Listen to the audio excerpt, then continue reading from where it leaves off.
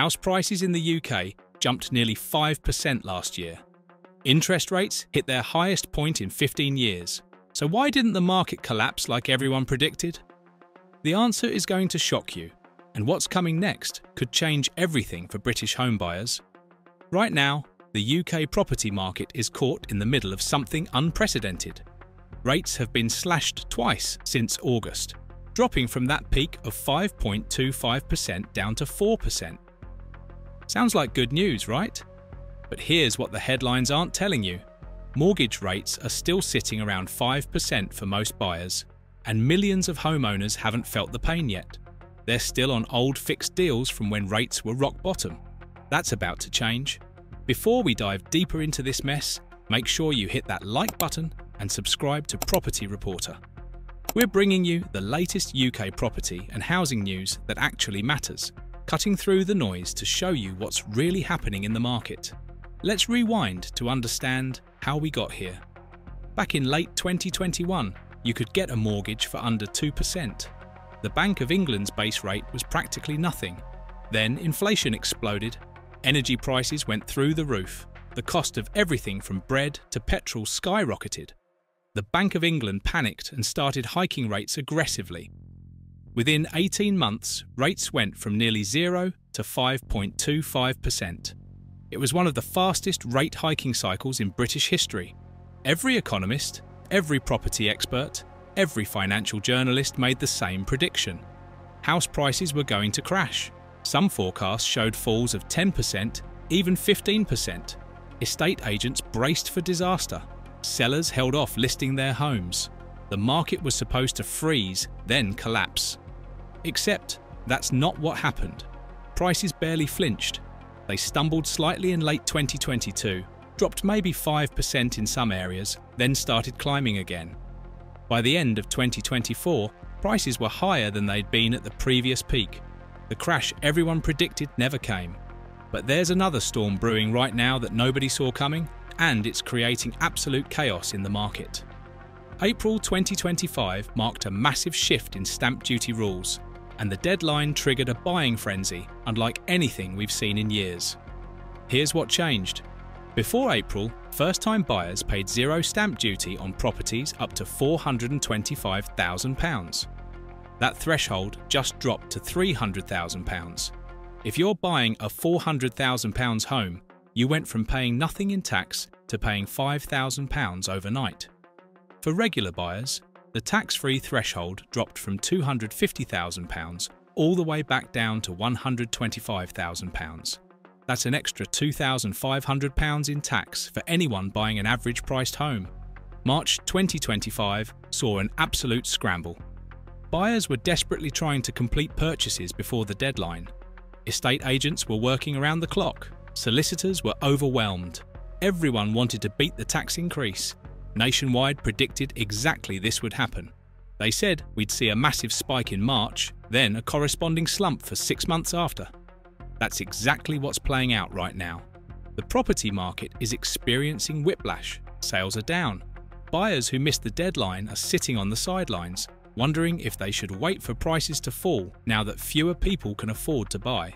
So let's tackle the question everyone's been asking. Why didn't house prices crash when interest rates went up? The answer is complicated, but it comes down to 3 massive factors that most people completely missed. First, there's simply not enough housing. Britain has a chronic supply shortage. Successive governments have promised to build 300,000 homes per year. They've never hit that target, not even close. When there aren't enough homes for the number of people who want to buy them, prices stay high no matter what happens with interest rates. It's basic economics, but it's the most important piece of the puzzle. Second, there's a huge group of people who aren't affected by interest rates at all. This is the part that shocked researchers. More than half of UK homeowners now own their property outright with no mortgage. That shift happened around 2023. These people accumulated massive savings during the pandemic when they couldn't spend money on holidays, restaurants, or entertainment. They're sitting on cash. When they want to buy a bigger house or a second property, they're not worried about mortgage rates. They're paying in cash or putting down enormous deposits. This group has kept the market alive. Third, the wealthy got significantly wealthier during and after the pandemic. This is the uncomfortable truth. While ordinary families struggled with the cost of living crisis, people with assets saw their wealth explode. They're buying property as investments. They're outbidding first-time buyers. They're turning homes into rental properties. Their demand for assets, including houses, has kept prices elevated even as affordability for regular people has collapsed. Here's where it gets really dark for anyone trying to get on the property ladder. The average UK house price is now sitting around £270,000, though in some areas it's already past £290,000.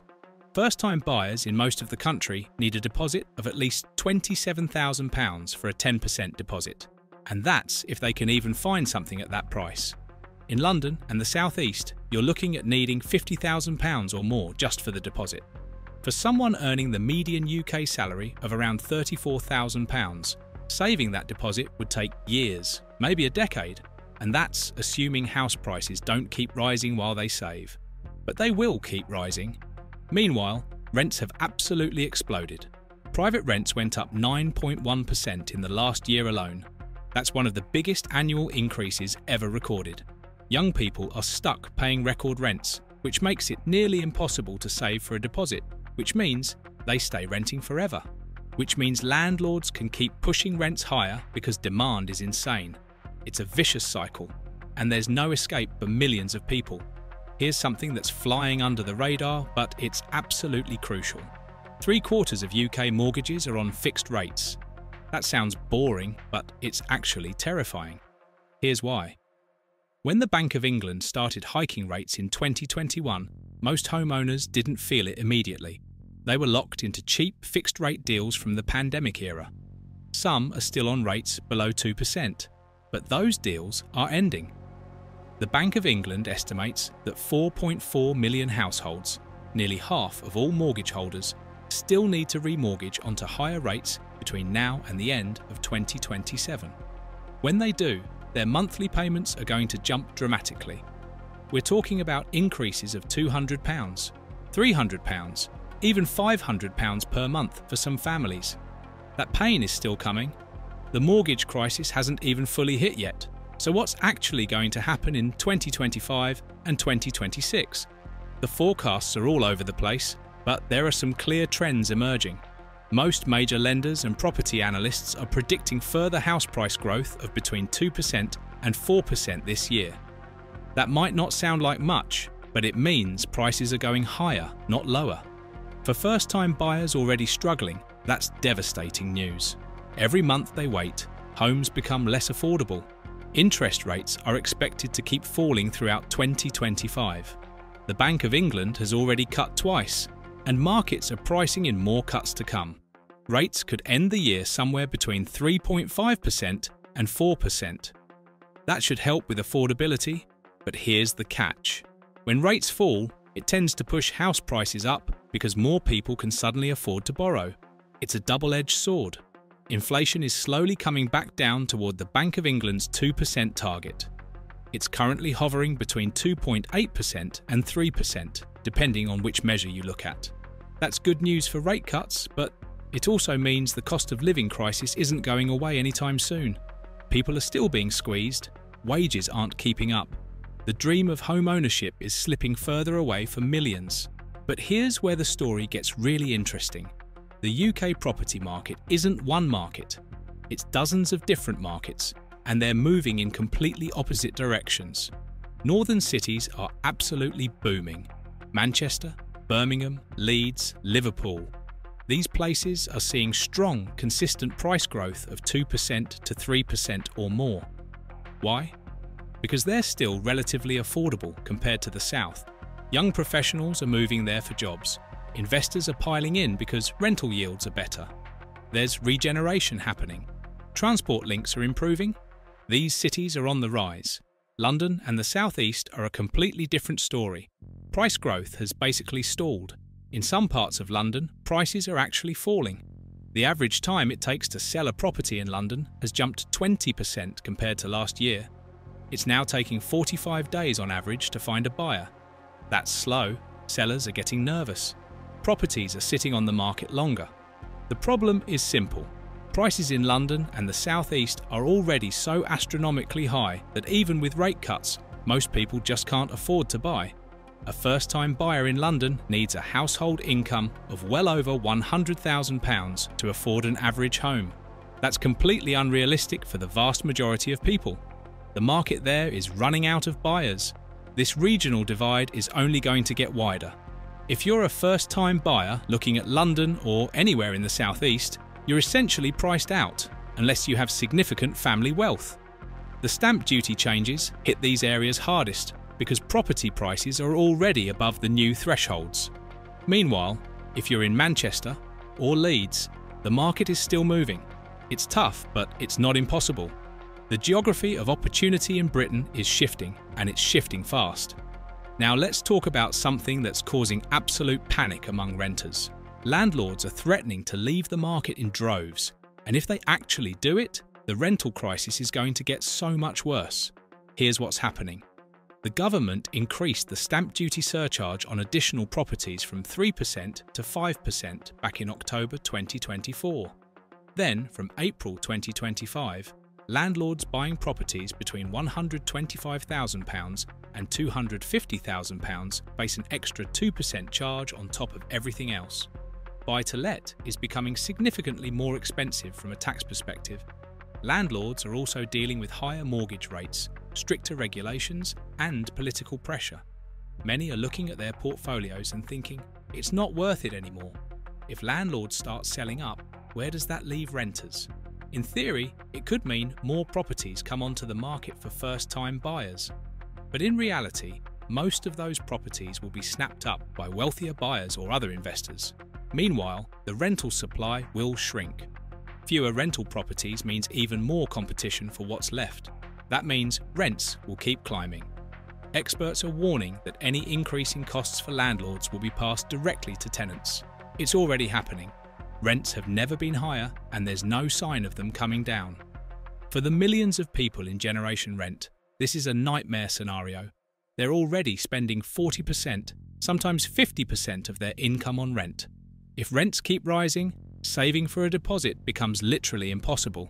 There's a really uncomfortable truth at the heart of all this that nobody wants to talk about.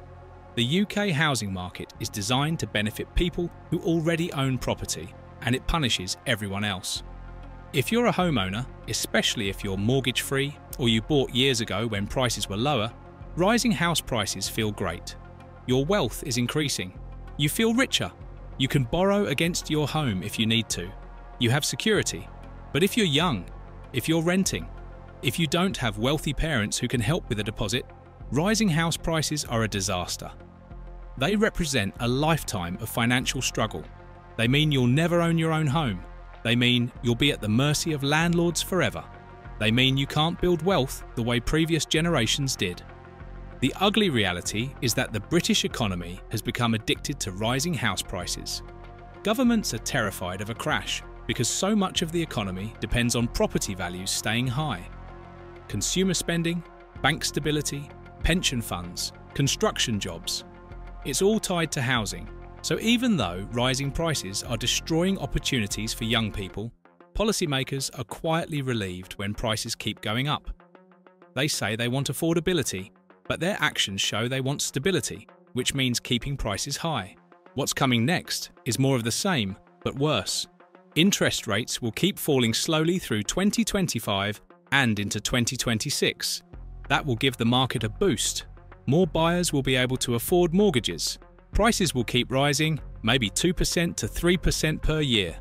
That doesn't sound like much, but compound it over 5 or 10 years and you're looking at homes being 15% to 30% more expensive than they are now.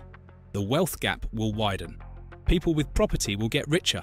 People without will fall further behind. Regional inequality will deepen. London might stagnate while northern cities boom, but that won't help Londoners who can't afford to relocate. The stamp duty volatility will settle down eventually. After the rush before April and the slump after, the market will find a new normal sometime in late 2025. But that new normal will be even less affordable than before.